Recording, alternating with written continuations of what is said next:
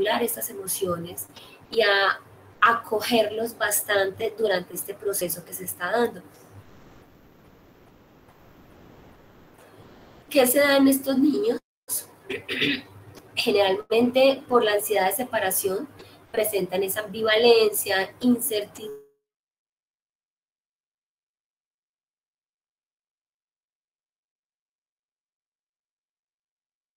de la muerte o de la ira y hostilidad. Es muy frecuente que esto se dé. Si el padre niega o intenta esconder la ocurrencia de la muerte y es incapaz de hablar de ellos, el niño llega a ser consciente que esto es un asunto tabú y como consecuencia nunca preguntará por la persona fallecida ni hablará de ellos. Precisamente no lo hace porque vio en el contexto familiar que era algo tabú y por eso no lo hace. Pero esto dificulta el proceso de duelo, precisamente porque bloquea una situación en su psiquismo y no permite que avance. Cuando ya esté mucho más grande, pues tendrá luego otro tipo de situaciones e incluso puede llegar a tener enfermedades mentales como depresión, ansiedad, trastornos de pánico. En estos niños, ¿qué se da? En los preescolares tienen un sentido de pérdida y pueden buscar a la persona fallecida activamente. Su sentido de pérdida está compuesto por cambios mayores en su rutina y la de quienes lo rodean y pueden mostrar regresión en las etapas. De hecho, pueden, si ya habían dejado de usar pañales y todo eso, pueden incluso volver otra vez a usar pañales y regresar en esas etapas del neurodesarrollo. Pueden romper las relaciones con los demás, con esas expresiones inesperadas, muy inapropiadas, hacer muchas pataletas que antes no hacían. Y en los escolares hay una expresión, una reactivación de temores infantiles, a la oscuridad, a la tempestad, a dormir solos. Esto es importantísimo con ellos, acompañarlos en este proceso, pero evitando el colecho con ellos. Como padres o con los cuidadores no podemos tampoco volverlos como si estuvieran en un duelo permanentemente, pero sí ayudarlos a que precisamente esos temores no persistan. Y en la terapia, ustedes detecten esto a tiempo, hay que trabajarlo lo más temprano posible para evitar fobias posteriores o trastornos de ansiedad en la adolescencia o en la adultez. El insomnio de conciliación incluso se puede dar enuresis en muchos de ellos, pesadillas, terrores nocturnos, buscan colecho, incrementan los tics, las cefaleas, los dolores musculares, los accesos de tos, los dolores a nivel del abdomen, o sea, es muy frecuente en ellos la somatización, sobre todo a nivel del abdomen también, y de cefaleas, dificultades en la atención.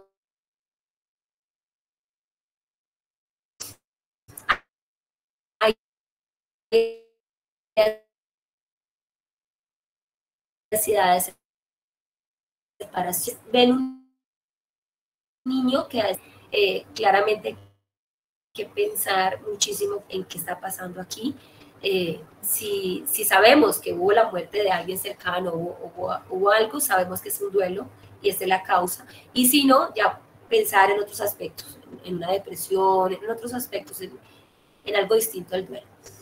Preocupación acerca de la vulnerabilidad de los otros miembros de la familia, eso sí que le pasa mucho a estos, sobre todo específicamente a estos niños que están en este proceso. Se aíslan, tienen anedonia, hipobulia, hipodinamia y se hacen presa fácil de matones y acosadores. Es muy frecuente que los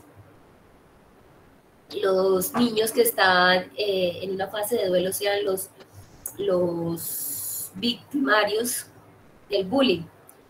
A veces pueden ser incluso los matones, pero no es tan frecuente. Es mucho más frecuente que sean como los que reciban el matoneo, precisamente porque están como en un estado muy vulnerable.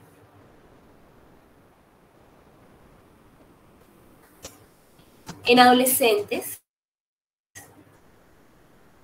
suelen aislarse en las actividades familiares y buscar soporte en sus pares.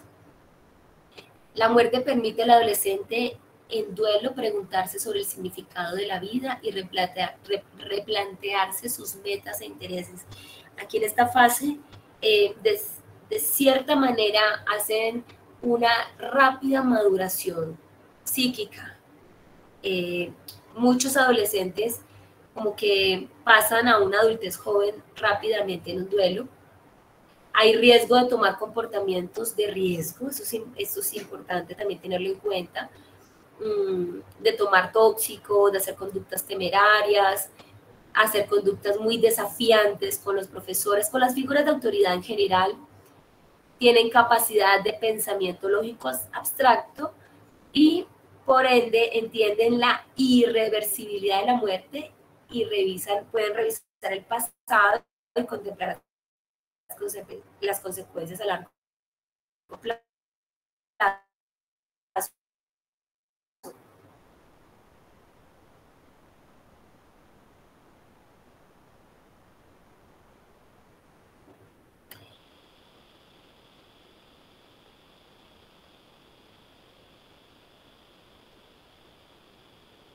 Todavía aún más, por eso es tan importante desculpabilizar.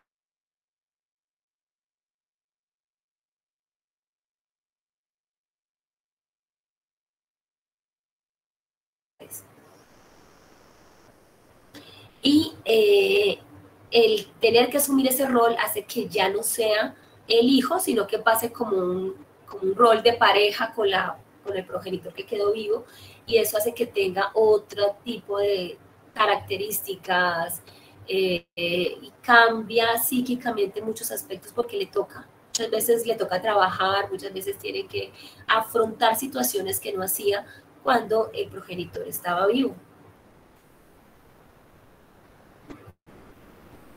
Bueno, entonces aquí la respuesta a la última pregunta que nos hicieron de cómo ir diferenciando un duelo patológico de un duelo normal. O sea, cuando sabemos que un duelo realmente ya no está dentro de lo normal.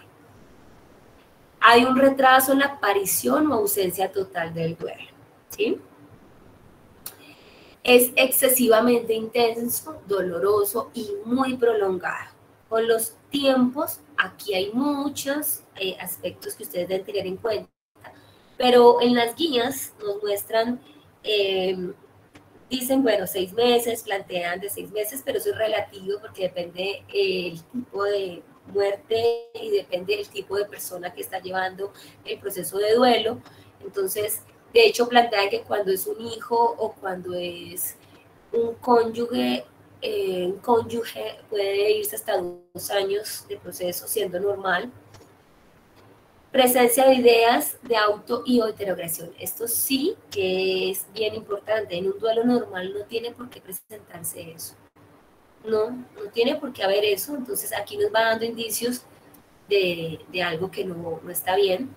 Presencia de síntomas psicóticos, claramente ahí ya nos dice que no está en un duelo normal. Inicio de consumo de sustancias psicoactivas, conductas de riesgo, incluyendo promiscuidad y conductas con potencial suicida. Es decir, si yo veo que mi paciente que es diabético se murió la esposa y era un paciente muy juicioso con su insulina y veo que últimamente no se la aplica, o que come mucha harina, come mucho dulce, está haciendo muy posiblemente un duelo patológico.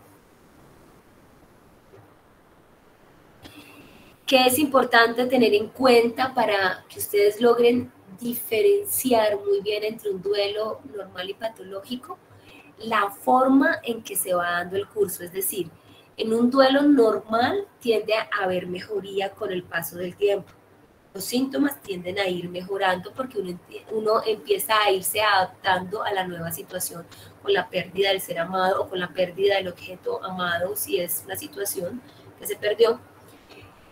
Y anormal es cuando antes los síntomas empiezan a aumentarse, es decir, ya hay una depresión instaurada cuando estos síntomas cada vez siguen más cuando ya se están dando, además de todo lo que se daba en el duelo, ideas de suicidio, aumenta el insomnio, etcétera. Entonces, esto hay que evaluarlo muy bien, siempre hay que hacer un muy buen seguimiento y hay que saber que cuando hay vulnerabilidad y riesgo de hacerse un duelo patológico, se debe estar muy cerca de estos pacientes porque en cualquier momento se nos puede volver algo patológico. Es decir, muchas veces los pacientes nos hablan que están en el proceso y que ha ido bien, pero cuando dejan de consultar, cuando dejan de, digamos, de pedir esa ayuda, pueden guardar ese dolor de una forma tan mal incorporada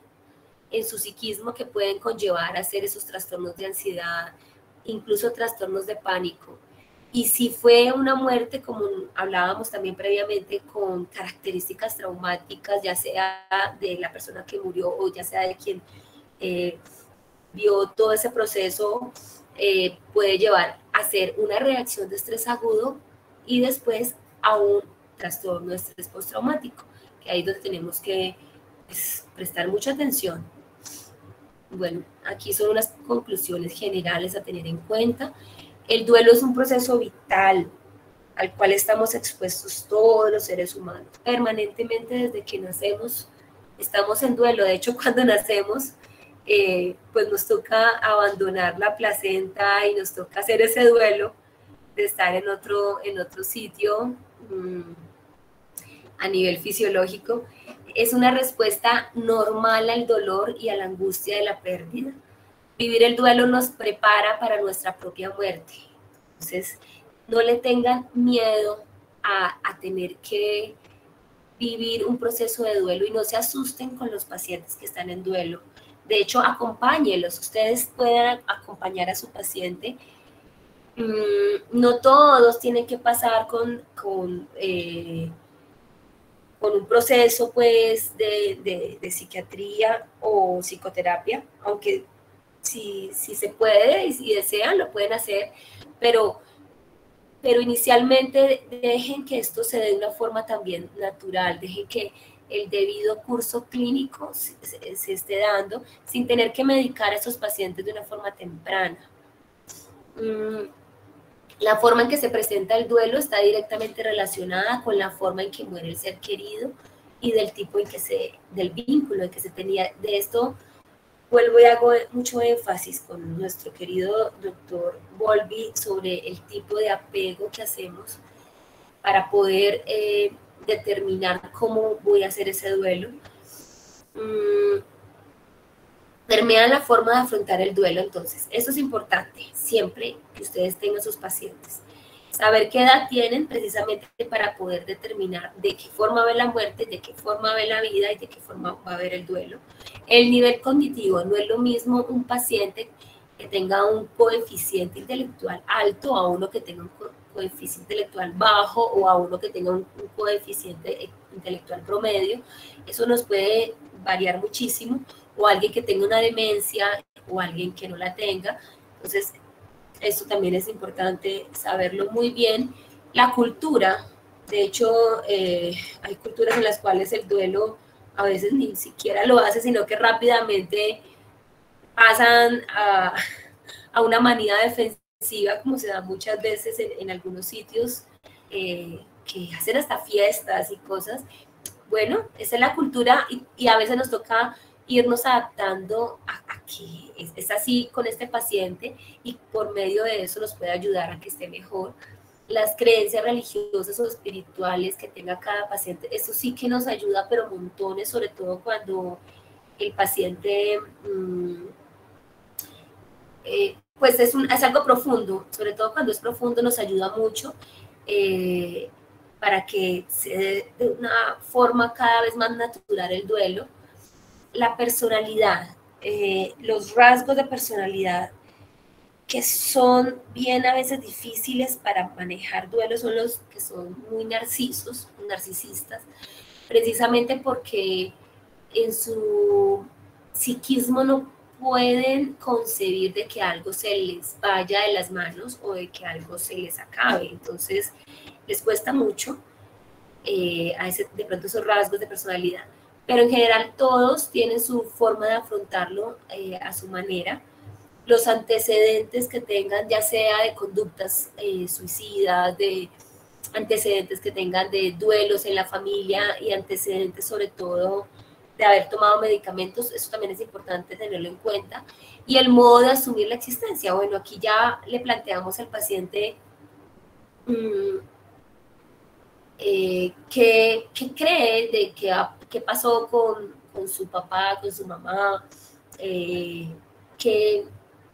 cree que pasó con esa existencia y qué cree que va a pasar aquí en adelante. O sea, cuando podemos empezar a hacer reflexiones aún más profundas, nos ayuda a que este proceso sea todavía más natural. Esta frase me gusta muchísimo. Las personas más bellas que he conocido son aquellas que han conocido la lucha, la derrota, el sufrimiento y la pérdida, y han encontrado la forma de salir de las profundidades. Estas personas tienen una sensibilidad y una comprensión de la vida que los llena de compasión, de humildad y de una actitud profundamente amorosa. Esta frase la dijo la doctora Kubler-Ross. ¿Listo? Hemos acabado con duelo. Hasta aquí tenemos preguntas o comentarios.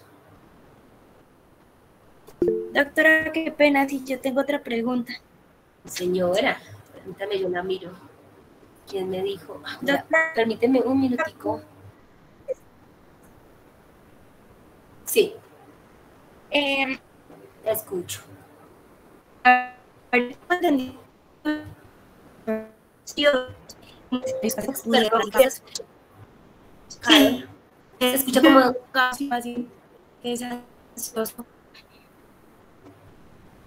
Se escucha entrecortado.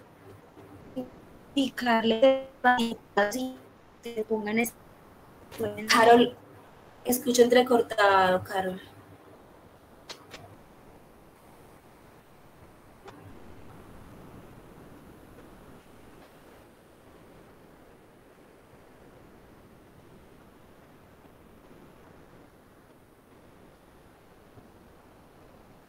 Ah, listo. Sí, por favor, escribe la pregunta. Muy buena idea la de Mariana López.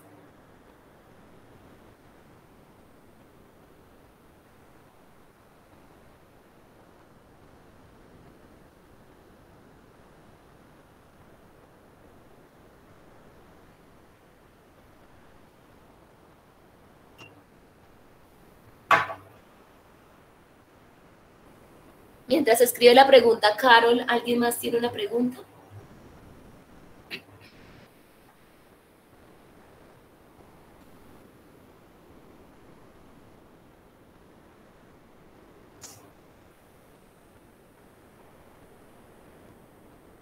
Doctora, qué pena, una compañera escribió una pregunta en el chat. Voy a revisar, sí, aquí estoy viendo. Santo Juliana, quería preguntarle. Ana Juliana, ya. Laura Marcela.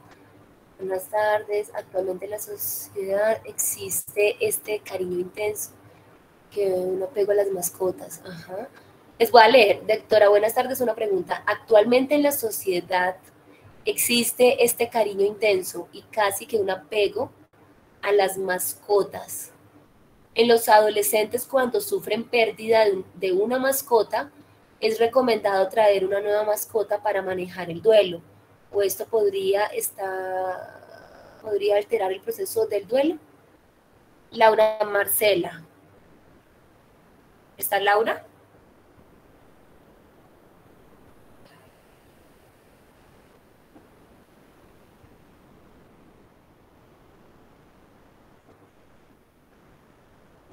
Laura. Doctora, sino que tiene problemas con el micrófono, entonces se está escribiendo por el chat. Ah, listo, Camilo, gracias. Bueno, esta pregunta está muy buena, Laura.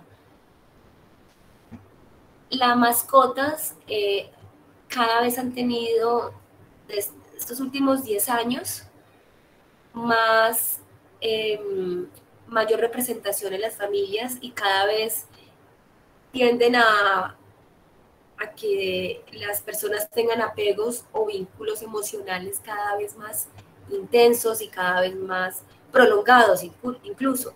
Sí, las cuidan más, uno puede durar más que una mascota, en fin, se hacen vínculos casi que iguales, bueno, tampoco iguales, pero muy parecidos a como se hacen con los humanos.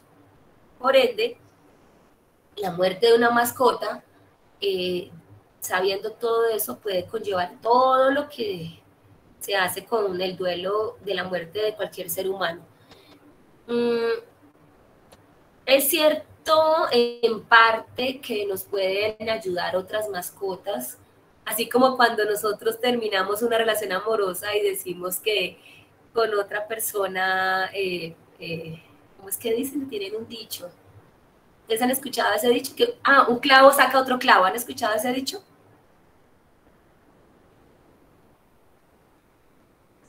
Sí, doctora. Sí, doctora. ¿Lo han escuchado?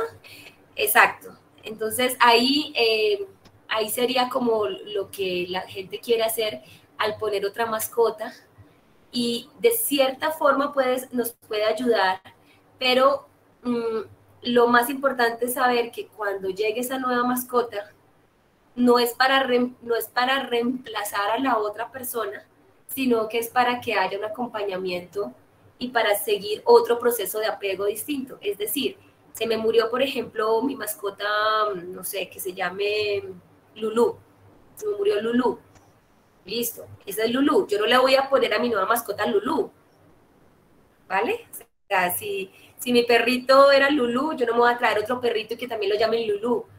Así tuve una paciente que era Lucas, se le había muerto ya como 6 y todos eran Lucas. Todos se llamaban Lucas y todos eran de distintas razas. Yo ya ni sabía, pero sabía que todos eran Lucas. Y eso no se debe hacer.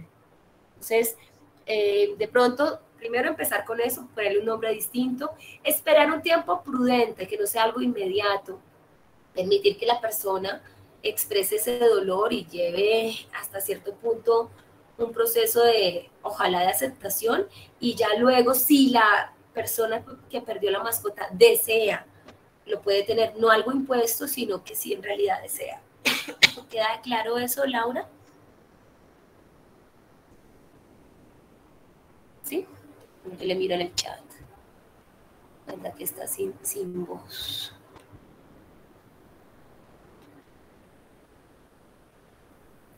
Perfecto. Listo, Laura, con todo gusto. ¿Qué otra pregunta? Si yo tengo un paciente... listo, Carol. Si yo tengo un paciente ansioso, que usualmente se imagina escenarios catastróficos, ¿cómo puedo hacer para hablar con él sobre el duelo anticipado?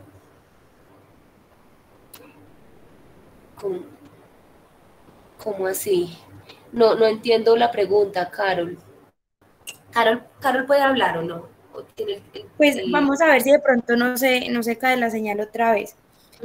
Hablo de lo anticipado, así por ejemplo que el paciente tiene una enfermedad terminal, ¿cierto? Entonces como para disminuirle la ansiedad de que esté pensando y que esté como rumiando en eso, ¿cómo puedo hacer para explicarle o para irlo como abordando en el duelo sin que se exacerbe el cuadro ansioso? Entiendo. Pues es algo que siempre nos vamos a exponer, Carol, ¿sí? Así el paciente esté ansioso o no, siempre se van a desencadenar cosas nuevas en su psiquismo y no es algo que uno pueda asegurar. Lo que sí se puede servir mucho como una táctica médica es que uno empieza a ir, digamos, de cierta forma, narrando la situación paulatinamente. Por ejemplo, a los ansiosos uno no les dice, listo, usted se va a morir, tiene esto, yo no le puedo contar todo de una forma tan dramática, sino que debo en lo posible contarle solamente lo indispensable que necesito para que él entienda y para que él se tome los medicamentos. ¿Me hago entender, Carol? O sea, los pacientes, por ejemplo, obsesivos, sí necesitan información detallada y eso le piden a uno, doctora, pero dígame este medicamento, y uno les tiene que decir igual porque pues para que eso les dé tranquilidad, pero los pacientes cuando no son así, sino que tienden más bien a ser muy pasivo-dependientes y a tener una ansiedad ante situaciones muy catastróficas, sobre todo me imagino que con ataques de pánico, si me dicen que son catastróficos, no sé, me imaginé pacientes con trastornos de pánico, con ellos precisamente no le podemos mostrar la situación toda entera, sino que se le va haciendo de una forma paulatina, ¿sí? Carol, ¿queda claro? Sí, doctora, muchas gracias. Bueno, con gusto. Otra pregunta, ya no veo más. Bueno, entonces alcanzamos a ver trastornos de adaptación. Ese sí es más cortico. Doctora, yo tengo una pregunta. Sí, Diana Katy. Sí, doctora, pues entonces en sí el tratamiento para el duelo sería en sí la psicoterapia, ¿verdad? El duelo, exacto. O sea, primero hay que identificar y hay que saber que el duelo puede ser normal. O sea, es decir, tenemos que saber que no siempre tenemos que ponerlo patológico de entrada. O sea, alguien que esté en un duelo no es algo patológico. O sea, quiero que esta idea se la lleven ustedes siempre. ¿Me hago entender, Diana? Sí, señora. O sea, permitamos que los pacientes lloren, permitamos que vivan el duelo. No le demos antidepresivos a alguien que acaba de morir su mamá y que está llorando, o su papá, o alguien que amen. Pues, obviamente uno tiene que llorar y tiene que vivir ese dolor. Vivimos en un mundo donde no queremos, ni siquiera aceptamos tener un dolor, pero tenemos que permitir que el paciente viva ese dolor. Obviamente, hacerle un seguimiento clínico, Diana, ¿sí? Entonces, un tiempo prudente. Yo les recomiendo, y lo que las guías muestran es que, dependiendo del tipo de paciente, las guías de práctica clínica, y bueno, en las NICE también van a encontrar esto que les voy a decir, pero en las de práctica clínica nos muestran que lo ideal es un acompañamiento muy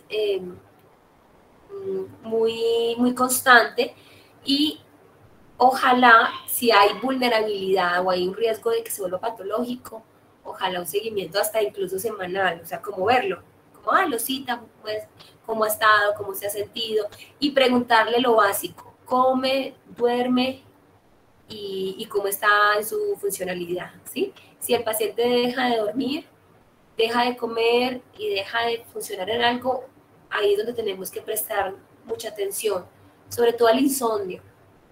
El insomnio, y ahí muchas veces sí nos toca dar algo para el insomnio. Lo importante es que cuando ustedes detecten eso, no se queden tampoco con el paciente. O sea, primero, que no le den antidepresivo a un duelo, y segundo, que tampoco se queden con una depresión pensando que es un duelo y se les complique, ¿sí? Entonces, llega el paciente que está en un proceso de duelo por la muerte de un familiar, ustedes lo evalúan desde la muerte del familiar hasta ahora el tiempo, evalúan las características, miran cómo está, si tiene todos los ítems para una depresión, cómo ha sido el curso clínico, ¿sí? Miran si ha mejorado o si ha empeorado. Si ha empeorado, ahí ya nos está hablando de algo patológico y ya ustedes deben buscar ayuda de el psicólogo que tengan ahí, si están en rural o si están en donde estén, y si tienen la forma de remitir a psiquiatría, pues mucho mejor a tiempo, ¿sí? Porque nosotros los psiquiatras no siempre estamos ahí solo para medicar, también hacemos un soporte psicoterapéutico que nos puede ayudar para empezar una intervención muy temprana. Entonces, en esos casos, ustedes siempre deben detectar muy bien, ¿está mejorando o está empeorando? ¿Sí? Esa es casi que la pregunta que se deben hacer todos los médicos ante un paciente que les está haciendo un seguimiento de duelo. ¿Está mejorando o está empeorando? O sea, el duelo normal no tiene por qué empeorar. ¿Sí? ¿Queda eso claro, Diana? Sí, doctora. Es decir, o sea que como última medida ya sería como lo último se utilizarían los fármacos. Pues decirlo como último no, se puede utilizar, eh, eh, como les decía ahorita, en un insomnio, ¿sí? O sea, no dejarlo tan renegado. Lo que pasa es que yo lo que veo es que los médicos, ahorita los médicos generales, le mandan fluoxetina a todos los duelos, o sea, a un duelos normales, y no los dejan ni llorar. Yo tuve una paciente que la pobre era con el, ella me decía, doctora, yo quiero llorar, pero como me la llenaron de medicamentos, pues no me lloraba. Entonces, claro, la pobre estaba ahí con eso aquí en el cuello. Yo le tuve que quitar medicamentos, a permitir que saliera todo, permitir todo el proceso. Obviamente eso lo tiene que hacer un psicoterapeuta que esté muy preparado de acoger a este tipo de pacientes, porque cuando no se ha hecho un duelo desde el principio bien, luego el duelo que se hace posteriormente hay que hacerlo con un acompañamiento muy bien hecho. Y luego empezamos a sacar todo, se procesó el duelo y no hubo necesidad de medicamentos. ¿Sí? O sea, a lo que refiero es que a veces sí toca medicar, sobre todo con medicamentos para dormir en algunos pacientes, y cuando ya hay depresión, Diana, sí nos toca dar antidepresivos, ahí sí nos toca, ¿sí? Ahí sí hay que ayudarlo con psicofármacos, ¿sí? Listo, doctora, gracias. Bueno, con todo gusto. Bueno, entonces vamos, si alcanzamos. Vamos con trastornos de adaptación. Bueno, con esto sí es mucho más sencillo, pero sí quiero que lo logren entender porque aquí que es importante. Permítanme yo por acá. En adaptación. Aquí. Si están viendo, ¿cierto? Si logran ver la pantalla. Todavía no, doctora. ¿No? ¿No ven la presentación? No, señora. Doctora, es que no está compartiendo pantalla. Ay, pues claro. Gracias. Gracias, gracias. Listo.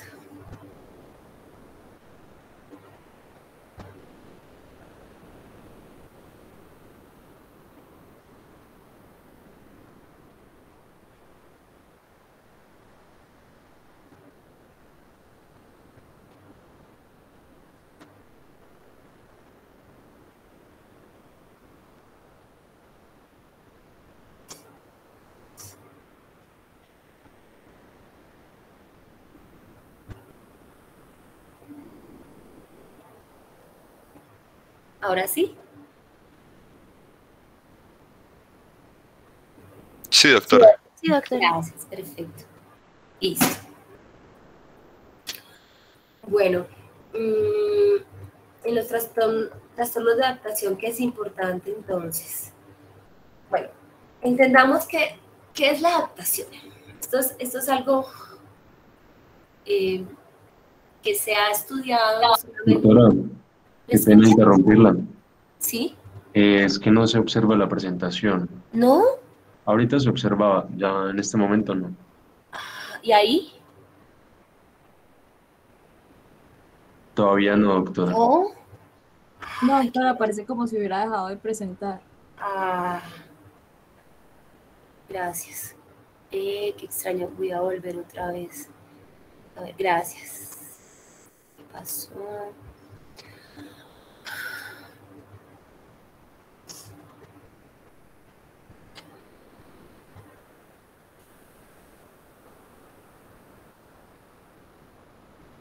Sí, dejó de presentar, tan extraño.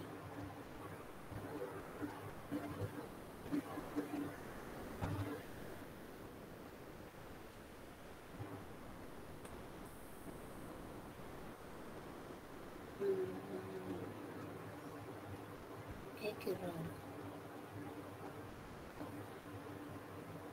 De pronto con una ventana, no.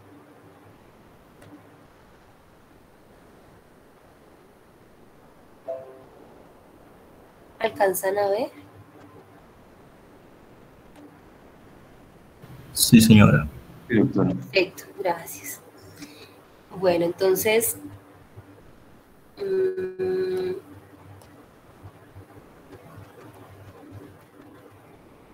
con la adaptación, que es importante entender que esto se ha estudiado no solamente desde la psiquiatría, la psicología y la neurología, sino también desde la fisiología básica, con experimentos de física, de saber cómo se va dando la adaptación de los cuerpos y de muchas masas, ¿sí? O sea, cómo se va dando el estiramiento y todo el manejo de la energía y del acercamiento de cuerpos. La capacidad de afrontar el entorno y adaptarse a él, garantizando la supervivencia. Esto es muy darwiniano, cómo sobreviven quienes logran tener este proceso de adaptación a nivel, pues, de los animales, ¿sí? Que logran comer, desarrollar formas de comer y adquirir la comida, etcétera. La habilidad para adquirir aprendizajes significativos. Entonces, pues nosotros aprendimos a estar derechos, a poder manejar las manos, a poder coger frutos y manejar armas, etcétera, que nos ayudaran a tener muchos más alimentos que teníamos al alcance. Interacción con el entorno. Entonces, como ese vínculo que fuimos haciendo con el lobito, como de que usted me cuida, yo le doy comida, y bueno, ahorita con los perros, aunque ya ahorita es distinto, pero esa interacción con el entorno que poco a poco se fue dando para sobrevivir, ¿sí? Para adaptarnos al medio, hacer carpas en medio del frío, colocarnos cosas cuando hacía frío, hacer sitios de agua, pilas de agua para cuando hacía calor, etcétera. Mecanismos para hacer frente a las presiones del ambiente. Entonces, ahí es cuando ya empezaron a darse situaciones en las cuales teníamos que formar común.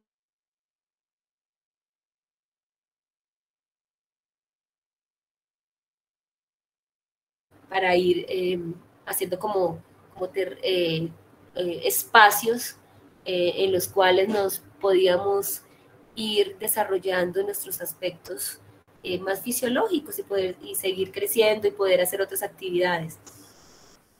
Defenderse de enemigos. Entonces ahí es donde vienen ya las armas, donde se empiezan a dar espacios donde hay barreras, precisamente para que no entren de pronto serpientes, no entren otro tipo de animales que puedan de pronto agredir sobre todo a los bebés, a los más vulnerables. Responder a los cambios del entorno. Entonces, cuando se dan situaciones distintas, poder responder.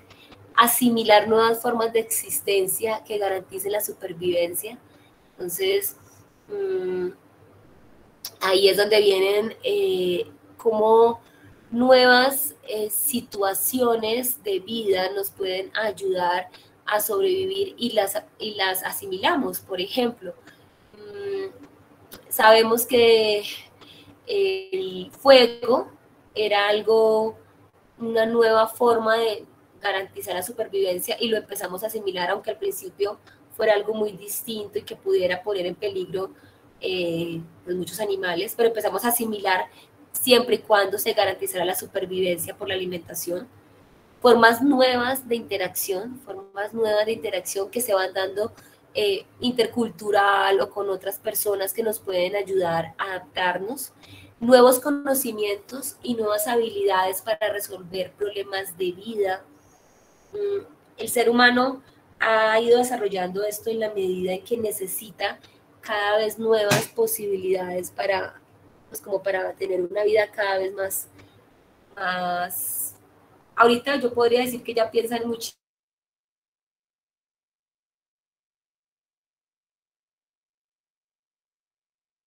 Ahora, entender lo que es la asimilación, la acomodación, la adaptación y la transpolación, es muy importante este tipo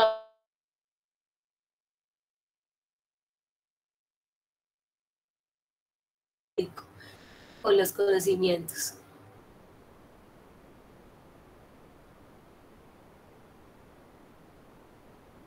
Adaptativo, esto es delirio, ¿sí? Llega el nuevo conocimiento. Luego,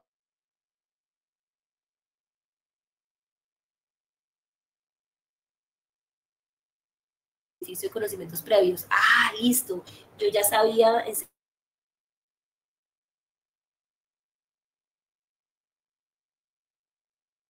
Yo ya sabía que se podía dar desórdenes hidroelectrolíticos. Aquí voy cuadrando este conocimiento anterior con el conocimiento ahora de delirio, por ejemplo. Ahí se van organizando y se va dando ese proceso de acomodación.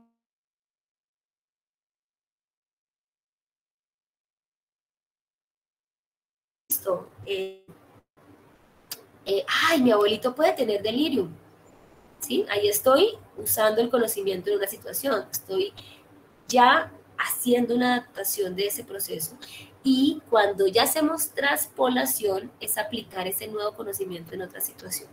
Es cuando ya vemos que en otro aspecto muy distinto se puede dar, y cuando logramos hacer todo esto es cuando nos podemos desarrollar como clínicos, básicamente. Quien se adapta mejor y en un menor tiempo suele poseer más inteligencia.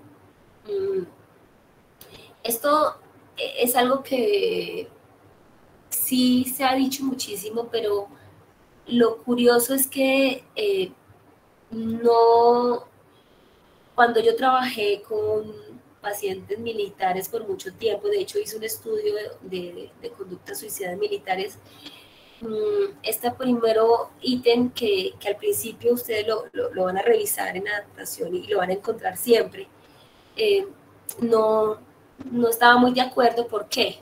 Porque quienes realmente no se adaptaban a la vida militar, curiosamente, eran los más inteligentes, y les hacíamos las pruebas cognitivas y daban inteligencias muy altas. ¿Qué quiere decir? Que no siempre esto va de la mano. Obviamente en algunas situaciones sí se requiere de una adaptación rápida y mejor, pero no siempre es así. También incluye tareas para superar discapacidades y problemas. Entonces, aquí es como las personas logramos traspasar el contexto en que estamos viviendo e ir más allá, y esto nos ayuda a tener, digamos, unas herramientas para poder estar mejor independientemente de la situación. Y se incluyen procesos de rehabilitación. Aquí vuelve y juega lo de la resiliencia, que les hablaba inicialmente, y cómo estos procesos se pueden aprender de las familias. Ustedes, si ven algún familiar así, queda como a veces esa admiración a ese familiar, y muchas personas quisieran seguir esos mismos pasos. Entonces, de la misma manera, el poder imitar personas que logran ir pasando obstáculos e irlos superando en una forma adaptativa nos puede servir. O sea, poder imitarlos, eso es importante. Adaptación a la discapacidad. Entonces aquí varios autores nos han mostrado cómo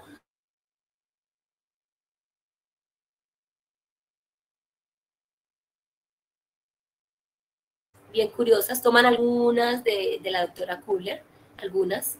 Está la incertidumbre, que son los síntomas, aparecen por primera vez, el individuo preocupado, confundido. Aquí podría parecerse la primera fase de la doctora, pero es distinta porque nos habla más como de qué va a pasar conmigo, porque ya de cierta forma ya sabe que quedó la discapacidad. Luego está la conmoción, que es, ya se establece el diagnóstico, se da el shock, aquí se puede dar la ira incluso, y puede durar incluso o poco tiempo o incluso mucho, dependiendo de lo que pues haya en su psiquismo y de la personalidad sobre todo. La negación protege al individuo de sentirse abrumado y puede ser nociva si interfiere con el tratamiento y la rehabilitación. Yo tuve un paciente, de hecho me llegó, él era ya, creo que era coronel, llegó siendo coronel, y él tenía, creo que llegó con una tuberculosis, no recuerdo ya exactamente, sé que era una enfermedad bastante avanzada pulmonar, eso fue en el hospital militar, y este señor llevaba 8 años con negación del VIH. Le habían dicho el VIH, sabía el VIH y no quería aceptarlo, no se hacía ningún tratamiento. Y pues obviamente se llegó a un SIDA rápidamente y pues muy mal, quedó muy mal porque nunca tuvo un tratamiento. En la fase de depresión que dan estos pacientes, hay un reconocimiento de la pérdida, pérdida de expectativas futuras con respecto al órgano o a la función, y puede disminuir la autoestima y expresarse con culpa, con agresividad y con sentimientos de minusvalía, incluso mayores de lo que en realidad da la propia discapacidad.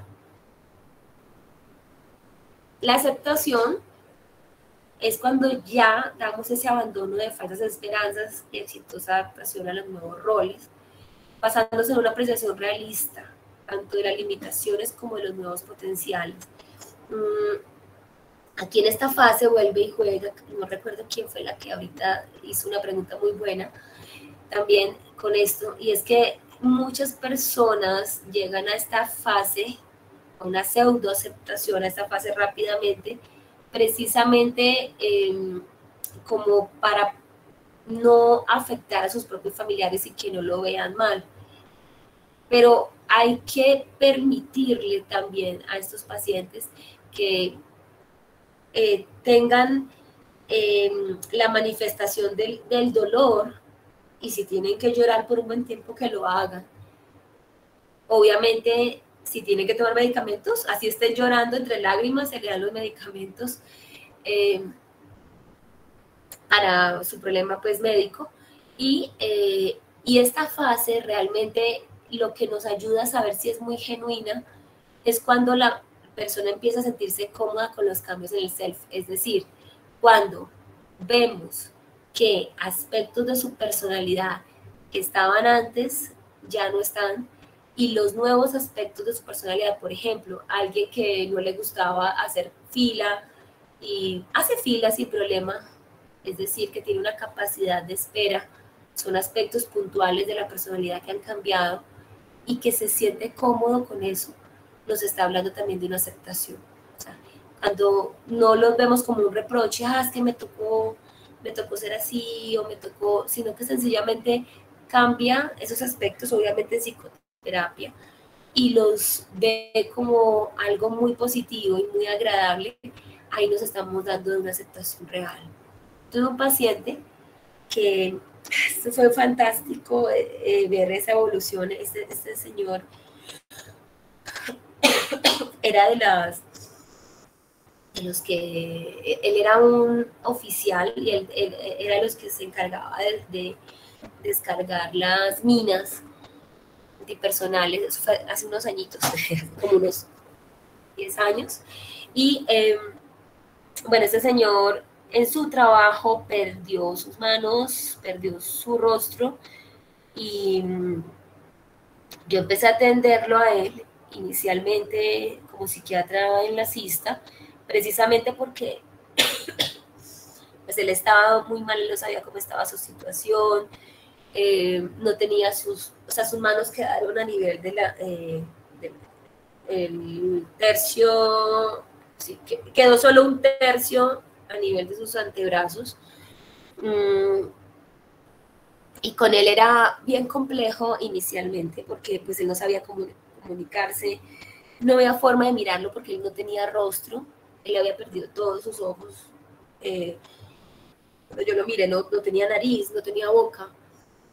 Era muy inteligente y inicialmente la gente pues pensaba que era que estaba haciendo una psicosis y empezaron a aplicarle aloperidol y bueno, luego cuando empecé con él, inicialmente la primera sesión que me di cuenta era que tenía mucho dolor, entonces cuando uno empieza a manejar el dolor de verdad, de una forma sensata y pues lógica, él tenía dolor porque él tenía además de todo lo que le había sucedido, curiosamente lo que más le incomodaba era una cosa en la sonda que tenía vesical que ya estaba mal puesta y logró indicarme con su muñón derecho, me acuerdo, de su miembro superior derecho, y ahí empezamos un proceso de comunicación. O sea, cuando yo logré ver qué era lo que le estaba dando a él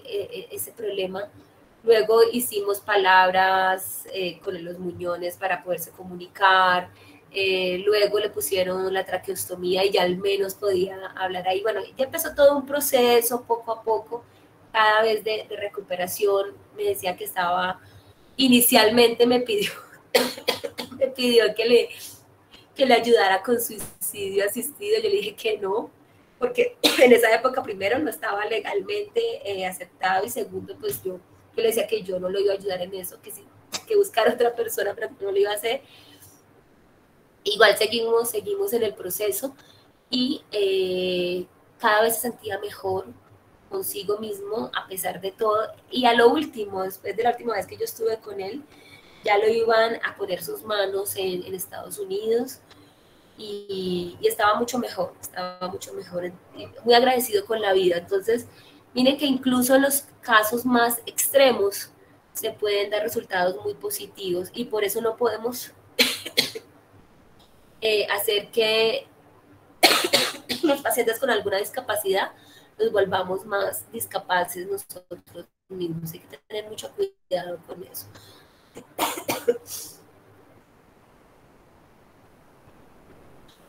Bueno, aquí hay varios aspectos, tipos de trastorno adaptativo. Aquí se los traigo para que lo sepa. Los de reacción depresiva breve, los de la reacción depresiva prolongada, perdón, los síntomas ansiosos, los de reacción mixta, de acción depresiva, predominantes de la conducta y los que tienen pues múltiples síntomas asociados.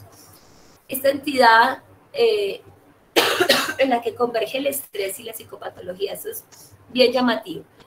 Hay un desajuste que se puede presentar con síntomas emocionales de conducta en respuesta a uno más estresores identificables. Esto es claro.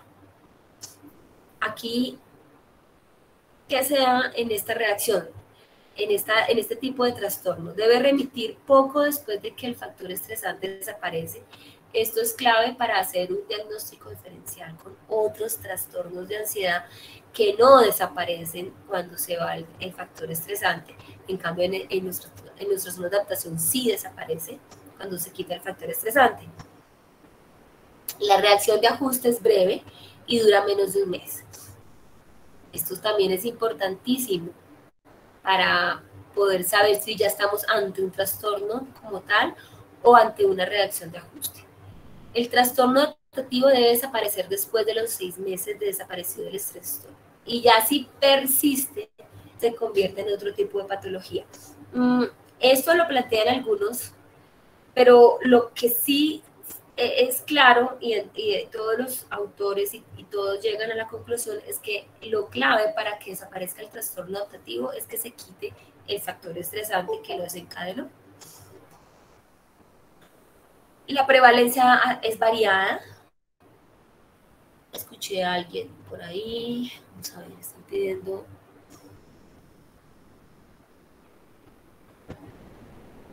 ¿Están pidiendo alguien? No. Bueno.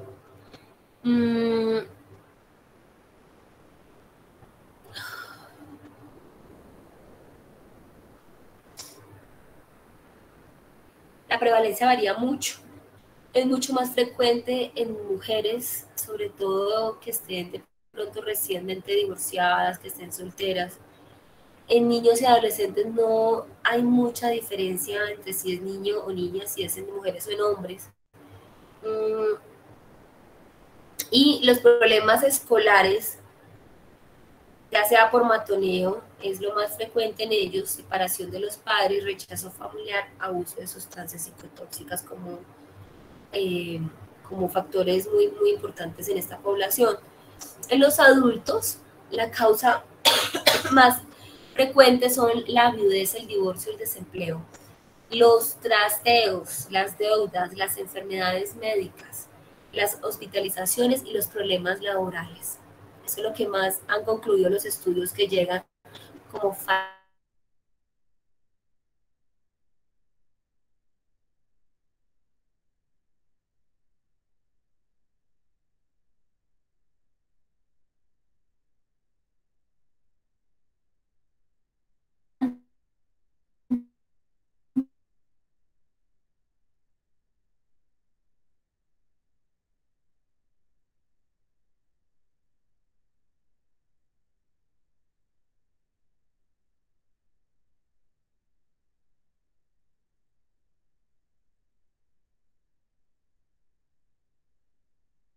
no tienen vidas ni religiosas o ausentes o de nada, o inmadurez cognitiva o emocional, o que no tengan de pronto ninguna afiliación artística ni deportiva. Eso también hace que este tipo de personalidades sean más vulnerables a hacer esos trastornos adaptativos. Se generan también según existan sistemas parentales alterados, o sea, las familias, por ejemplo, que son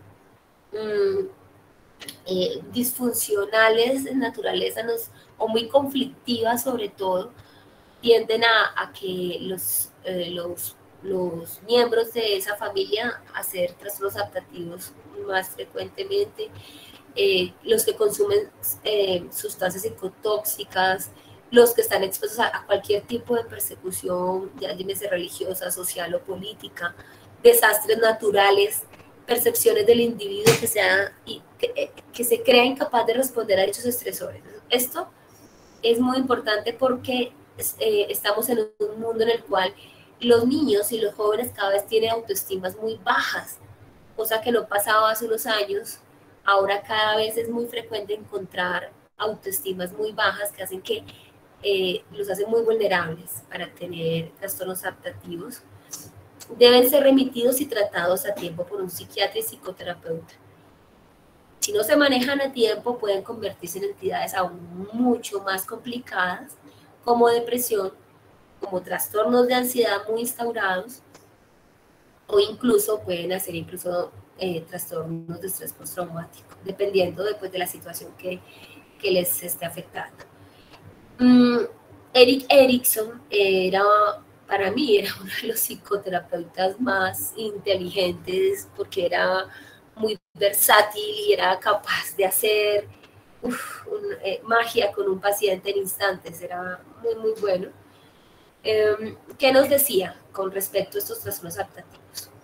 Se pueden asociar especialmente a personalidades frágiles e inmaduras, a etapas del desarrollo como escolarizarse, cuando estamos en ese proceso, de independizarse económicamente también, o de empezar otra familia cuando se contrae matrimonio o cuando se tienen hijos. Dejar que los hijos salgan del hogar, que eso es el síndrome del nido vacío, cuando se jubilan y cuando uno está preparándose para morir. Como que en esas situaciones puntuales del ciclo vital es especialmente donde podemos hacer estos trastornos adaptativos. ¿Qué es el estresor? Entonces, es cualquier evento biológico, psicológico o social que tanto el individuo como el profesional de la salud considere significativo y que tenga conexión con la manifestación clínica, ¿sí? Puede ser leve, grave, único o múltiple. Puede ser algo común o algo extraordinario y puede ser recurrente o puede ser continuo. Esto es importante porque cuando identificamos el estresor con estas características, ya podemos saber qué está pasando y ya podemos saber cómo es el tratamiento. Los síntomas de los trastornos, ¿cuáles son? Básicamente son estos que les traigo acá: el malestar, el deterioro de la actividad, la disminución del rendimiento académico, cambios temporales en las relaciones sociales y hay aumento del riesgo suicida. Síntomas de los trastornos adaptativos, complicación del curso de una enfermedad, incumplimiento terapéutico y evolución tórpida. Eso sí que es importante tener en cuenta. Y el diagnóstico es eminentemente clínico.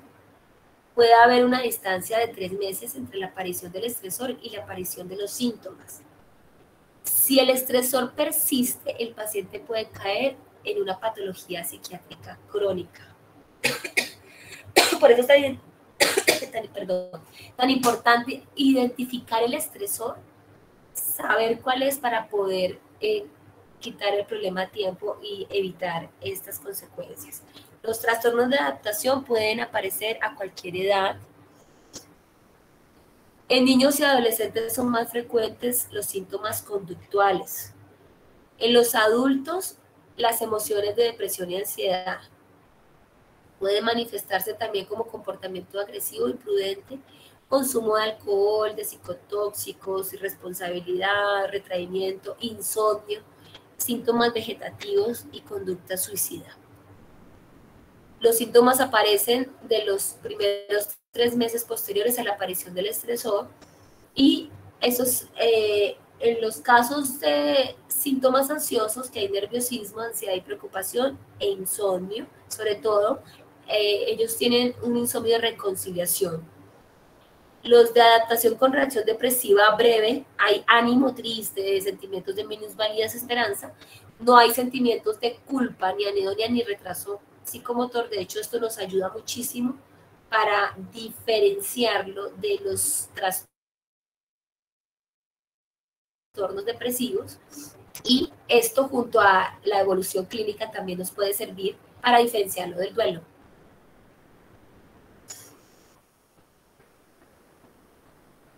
Y me deja avanzar.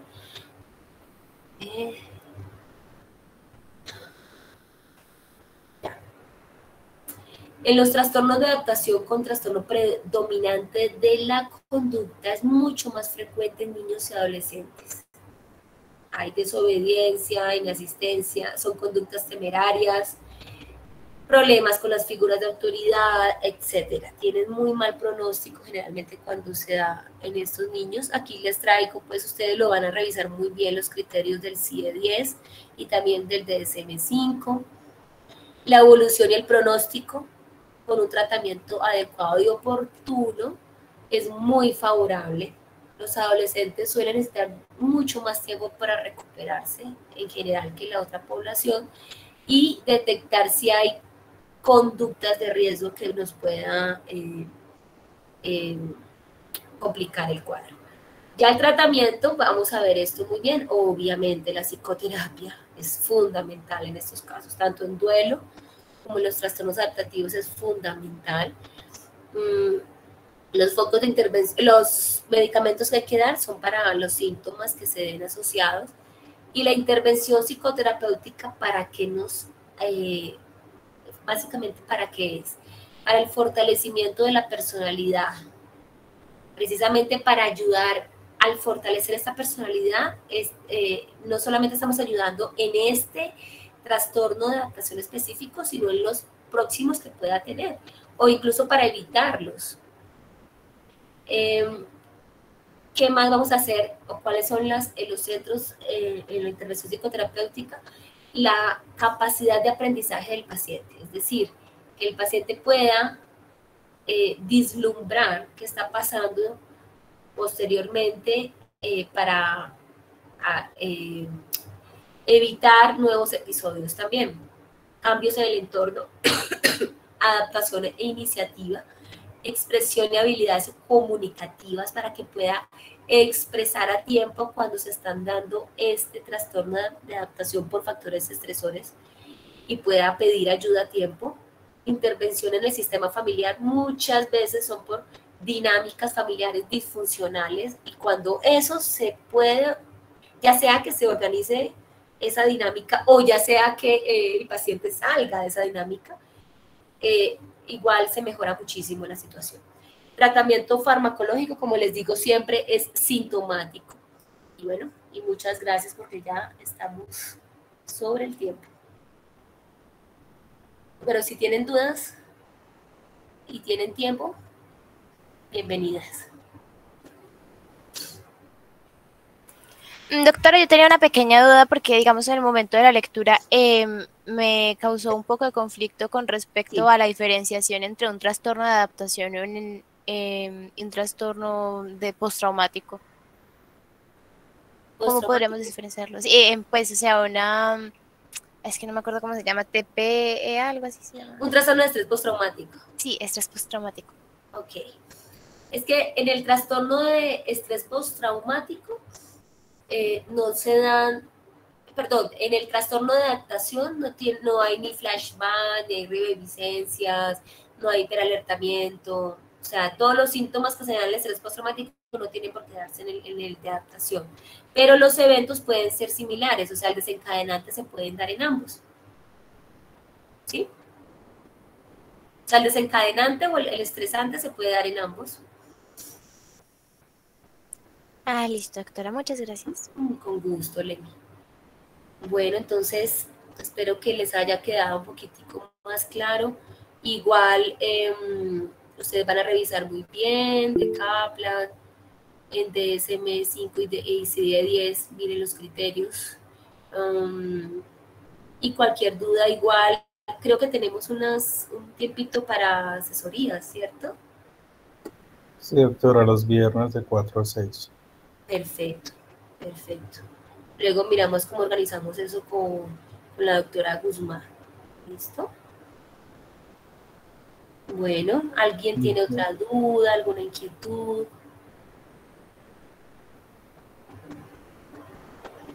Por mi parte no, doctora. Perfecto.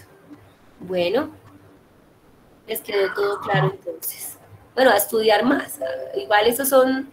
Lo que yo les traigo aquí es una parte de la recopilación de mucha información, muchos artículos, toda la experiencia además clínica, pero ustedes deben estudiar muy bien, sobre todo los criterios, entender como lo más básico para poder irnos acercando a la situación.